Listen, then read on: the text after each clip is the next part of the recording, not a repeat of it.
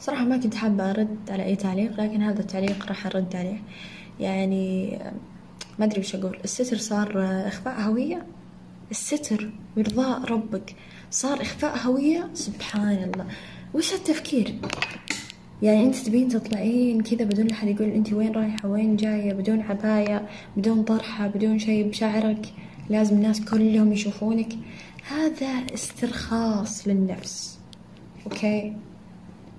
والدين كرم المرأة، كرم المرأة لأسباب كثير، وانتي جاية باردة مبردة. إخفاء هوية؟ وش إخفاء هوية؟ أنا صراحة ما أقول إلا الله يهديك ويعافيك إن كان فيك شيء، ويعافيك ويدلك للطريق الصح يا رب. بس صراحة باقي التعليقات ما راح أرد عليها، التعليقات الإيجابية، لكن السلبية لا. هذا التعليق بس اللي حبيت أرد عليه.